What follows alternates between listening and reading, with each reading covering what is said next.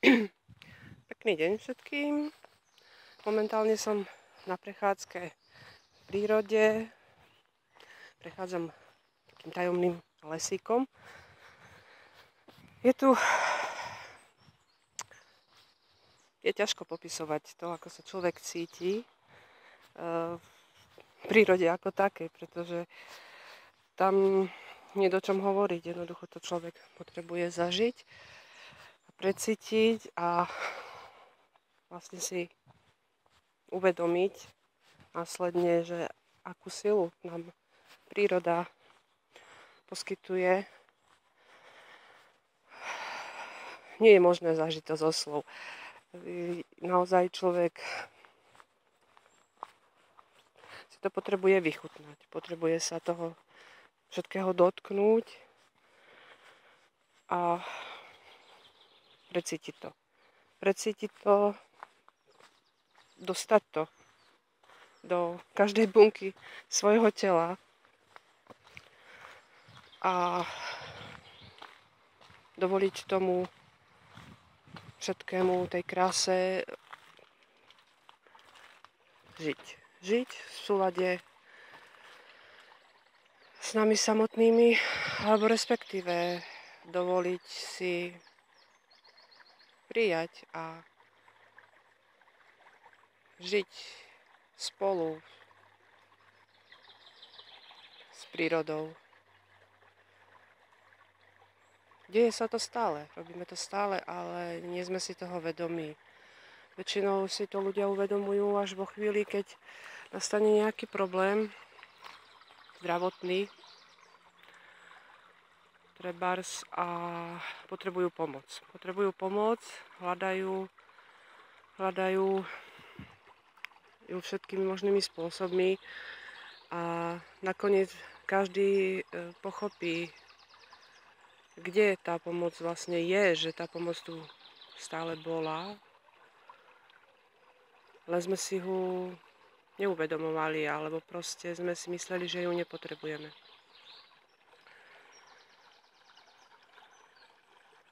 V dnešná doba je o tom, že práve sa nám snaží príroda, život, Boh, duchovno, všetko to, čo tu pre nás je, proste dať viac alebo silnejšie najavo, že čo má pre nás skutočnú hodnotu, čo má pre nás naozajstnú silu a z čoho môžeme vychádzať, k čomu sa môžeme vždycky vrátiť a z čoho môžeme, aby sme mali prakticky neustále vychádzať a tvoriť.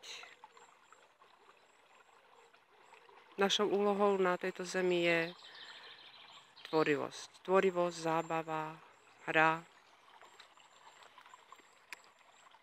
A práve keď sa dokážeme najviac naladiť a uvedomiť si silu prírody, silu nekonečnej duchovnej sily,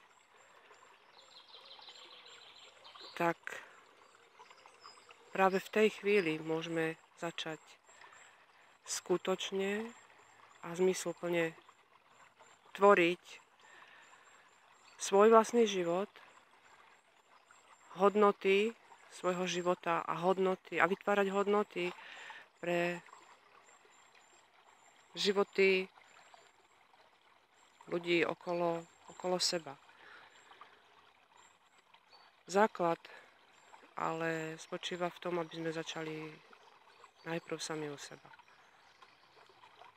Najprv potrebujeme skutočne pochopiť a uvedomiť si tú obrovskú slobodu a energiu, ktorá vlastne je nám neustále poskytovaná, a naučiť sa ho prijímať. Proste nemôžem povedať, že spojiť sa, pretože sme s ňou neustále spojení. ale proste naučiť sa ju prijímať, uvedomovať si ho a spolupracovať s ňou. Spolupracovať s ňou v prospech svojho života a v prospech životov ľudí okolo nás. To je z môjho pohľadu jediný a pravý zmysel toho, prečo sme tu na tejto zemi a prečo sme proste tu. Aký je náš účel a význam nášho života a bytia na zemi. Skutočne svojim životom, pokiaľ ho žijeme tak, ako sa má podľa zákonov duchovných a prírodných, nie je možné, aby sme tvorili niečo, čo by ublížilo či už nám, alebo niekomu inému.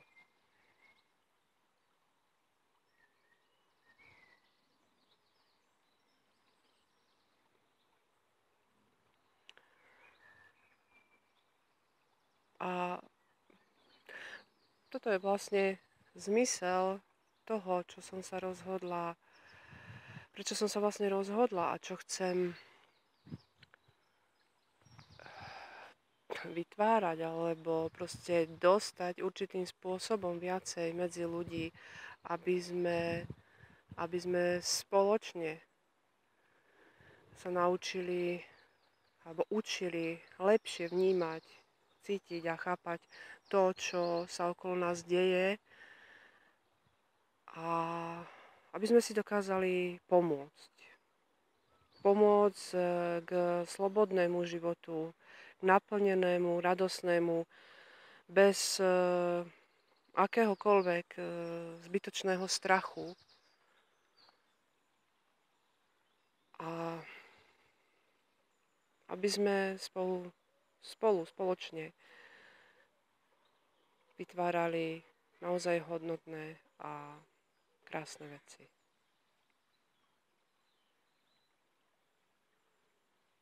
Ďakujem.